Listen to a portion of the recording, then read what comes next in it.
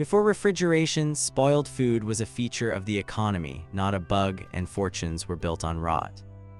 Before the 1870s, the food supply chain was fundamentally broken in one specific way: everything perished. Meat lasted days, fish lasted hours, fruit rotted in transit, and here's the trick: that waste wasn't a market failure, it was the entire business model. Merchants, ice harvesters, and salt traders made their money because food spoiled. The system ran on scarcity by design.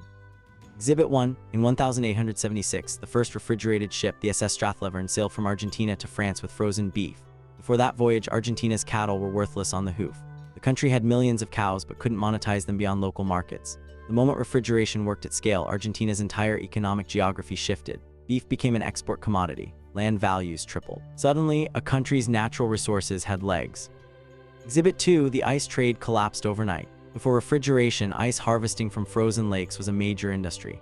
Massachusetts alone exported millions of tons annually to Europe and the Caribbean.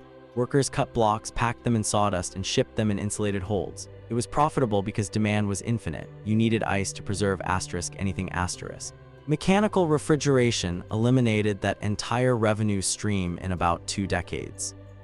But here's where the money actually went. Those ice harvesters didn't disappear. They became refrigeration engineers and cold chain logistics operators. The capital didn't evaporate. It got redirected.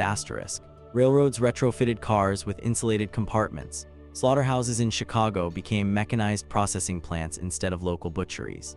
The infrastructure shifted from natural ice to manufactured cold.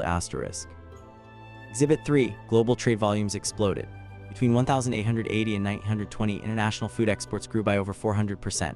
Bananas, previously a luxury item, became a mass commodity. Danish butter flooded British markets. Australian lamb reached London. This wasn't just about availability, it was about price compression. When spoilage risk disappeared, margins collapsed and volume compensated. Exhibit 4. Real estate speculation followed.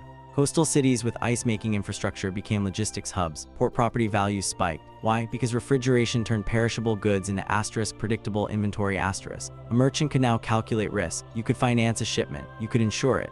Finance followed logistics, and logistics followed cold.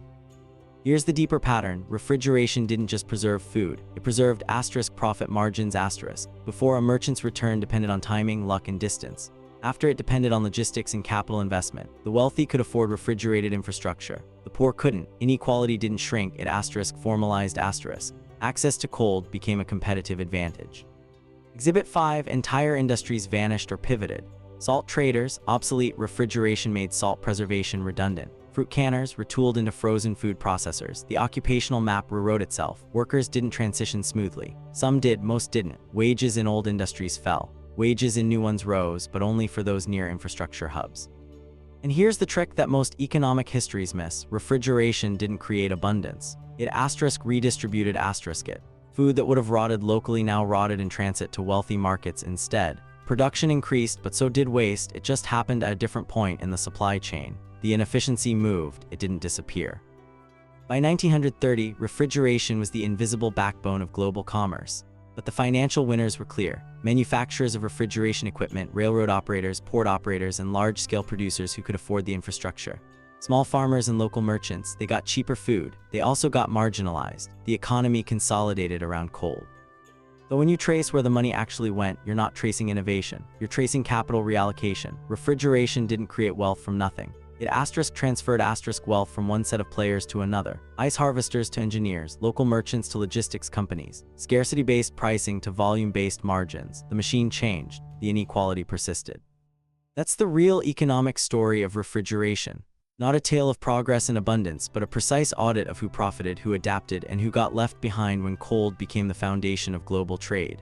In that pattern, technological disruption followed by concentrated capital gains, it didn't end in 1930. It's still happening. This video is for educational and informational purposes only and is not financial advice. Always do your own research.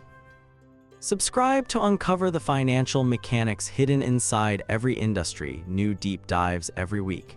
This video is for educational and informational purposes only and is not financial advice. Always do your own research.